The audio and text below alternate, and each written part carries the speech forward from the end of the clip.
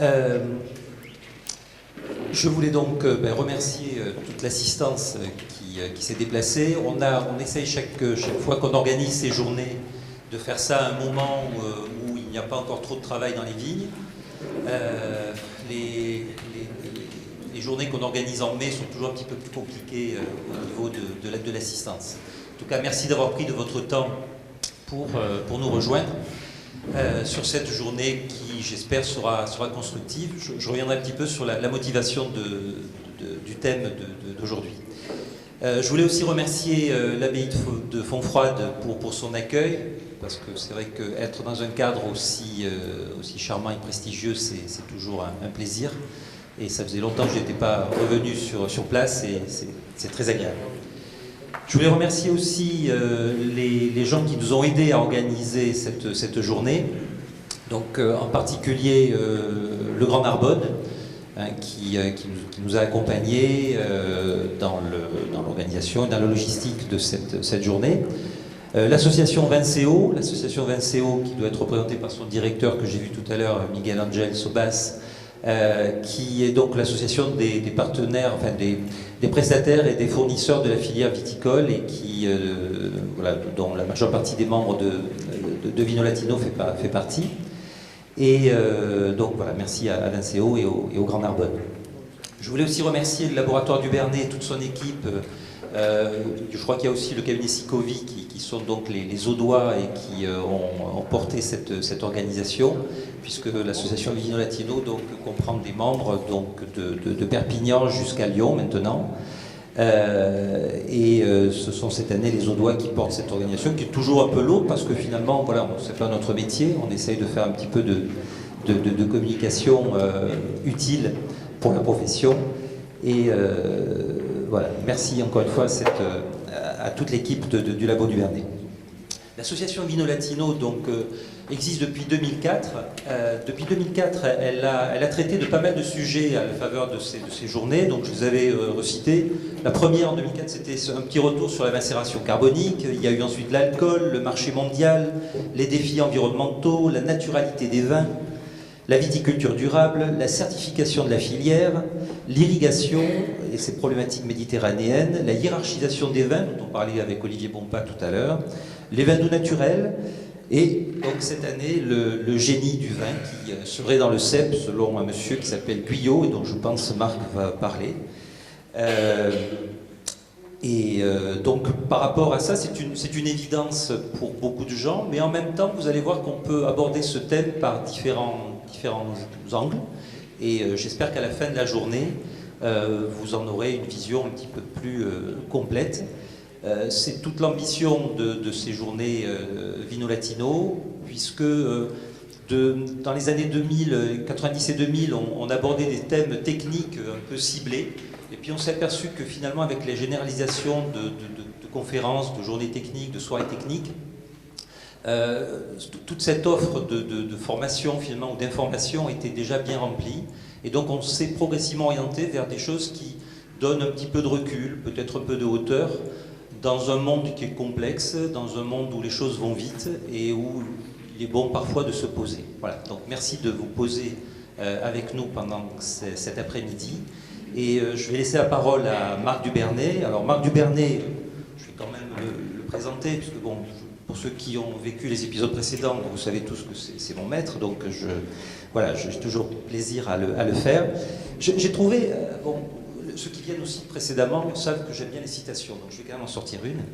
Elle est de Claude Lévi-Strauss, et qui dit que le savant n'est pas l'homme qui fournit les vraies réponses, c'est celui qui pose les vraies questions.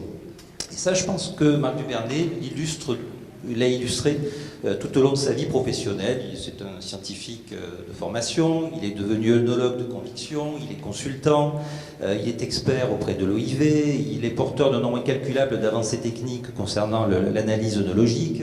C'est un homme de pragmatisme et de vision, et c'est surtout un grand pédagogue, et je pense qu'il va maintenant vous le démontrer. Voilà.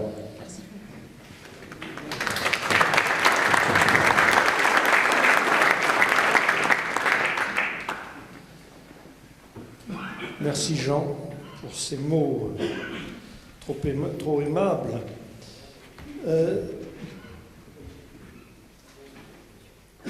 Voici un livre qui nous fait revenir loin en arrière, 1860, Culture de la vigne et vinification par le docteur Jules Guyot. C'est un ouvrage très ancien où l'on va retrouver à la fois des notions d'agronomie, culture de la vigne, et des notions d'œnologie, la vinification.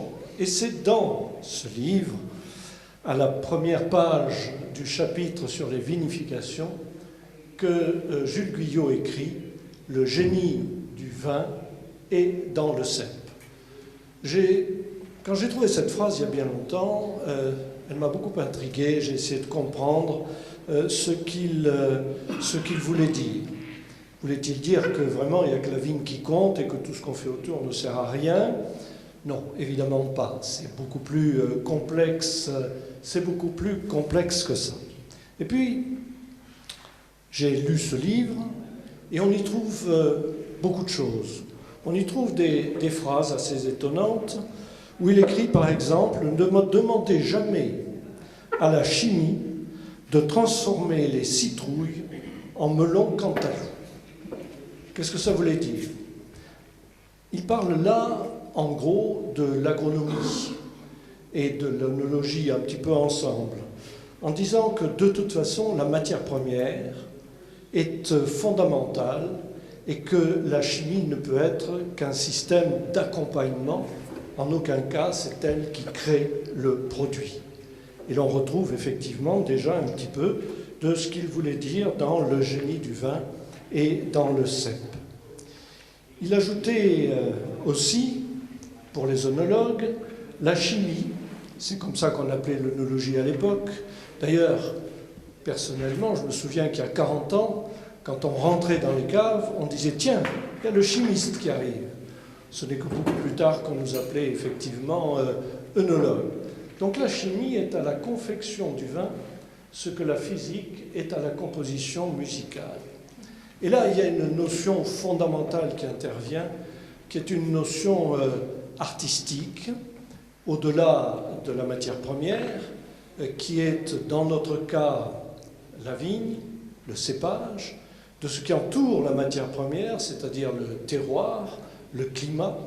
Il y a le savoir-faire du vigneron et la chimie, l'œnologie, est là pour accompagner tout cela, et en tout cas certainement pas pour prendre la place principale. Ce qui est intéressant avec ces grands anciens, c'est leur parcours, ce qu'ils étaient. Et je vais essayer d'en témoigner très rapidement. Jules Guyot était à la fois médecin et physicien. Aujourd'hui, ça paraîtrait invraisemblable qu'on puisse avoir deux titres aussi différents l'un de l'autre. Jules Guyot, vous le connaissez tous.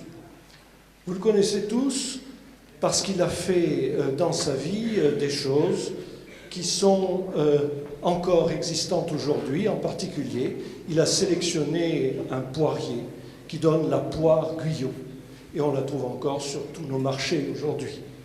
Et puis, Jules Guyot a aussi travaillé sur la vigne, beaucoup, énormément, et il a défini un système de taille, la taille Guyot, simple double, qui est encore très largement utilisée aujourd'hui dans le monde entier.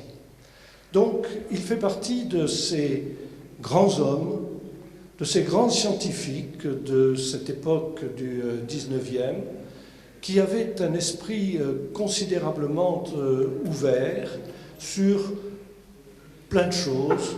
Et si Jules Guyot était physicien et médecin, l'essentiel de ce qu'il a apporté dans sa vie concerne effectivement la viticulture et le vin. Vous pouvez penser qu'avec sa formation, il en était bien loin. Il était accompagné à l'époque d'autres grands noms, Louis Pasteur, le microbiologiste, qui a aussi beaucoup travaillé pour le vin et pour le savoir-faire en matière de fermentation. C'est lui qui a décrit les levures, leur fonctionnement.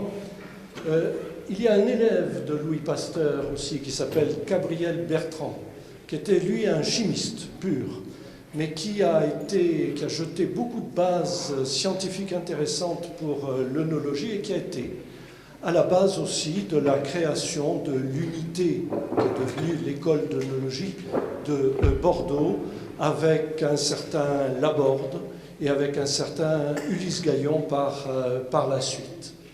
Ces hommes avaient une approche géniale. Ils avaient ce que Louis Pasteur appelait l'intuition du réel.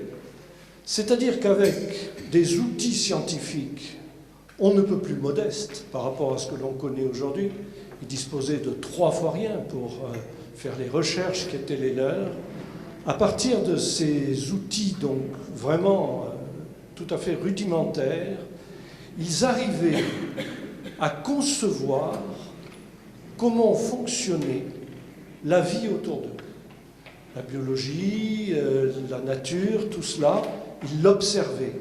Ils l'observaient et avec leur savoir, avec leur connaissance, ils arrivaient à découvrir en permanence des choses nouvelles. L'autre jour, j'assistais à une conférence organisée par des amis experts à Montpellier, une conférence de Jean-Marc Jancovici. Et à un moment donné, il nous a présenté une diapositive. Je vous en montre le contenu, où on parlait de Claude Pouillet en 1838, physicien français, qui attribuait l'effet de serre, déjà, à la vapeur d'eau et au gaz carbonique contenu dans l'air. Et il affirmait que toute variation de la quantité de vapeur d'eau et de gaz carbonique devrait se traduire par un changement climatique. 1838. Aujourd'hui, nous vivons ça, nous en parlons. À l'époque, c'était vraiment une intuition du réel qu'avait pu avoir cet homme. Et en 1896, toujours dans le même esprit, et Dieu sait que ces problématiques aujourd'hui nous concernent la vigne, concernent le vin, donc nous concernent, eh bien, un chimiste suédois qui a été prix Nobel par la suite prédit que l'utilisation intensive des combustibles fossiles, à cette époque c'était essentiellement le charbon, engendrera un réchauffement climatique. Il donnait même un ordre de grandeur de 4 degrés de réchauffement pour un doublement de la concentration du gaz carbonique dans l'air. Intuition fabuleuse de ce qui allait se passer, compréhension extraordinaire, avec aucun moyen, compréhension extraordinaire de ce qui nous environne. Ces hommes avaient aussi une autre force. Je vous ai dit qu'ils étaient souvent pluridisciplinaires. Effectivement, les sciences de la médecine, de la chimie, de l'agronomie, des mathématiques, de la physique, de la microbiologie étaient toujours abordées. Mais ils étaient aussi, et c'était très important, capables d'échanges entre eux. D'échanges formidables. On a les courriers de tous ces scientifiques entre les uns et les autres. Il était remarquable que chacun présentait ses travaux aux autres et essayait d'avoir leur avis, leur compréhension. Cette ouverture, moi, me touche particulièrement.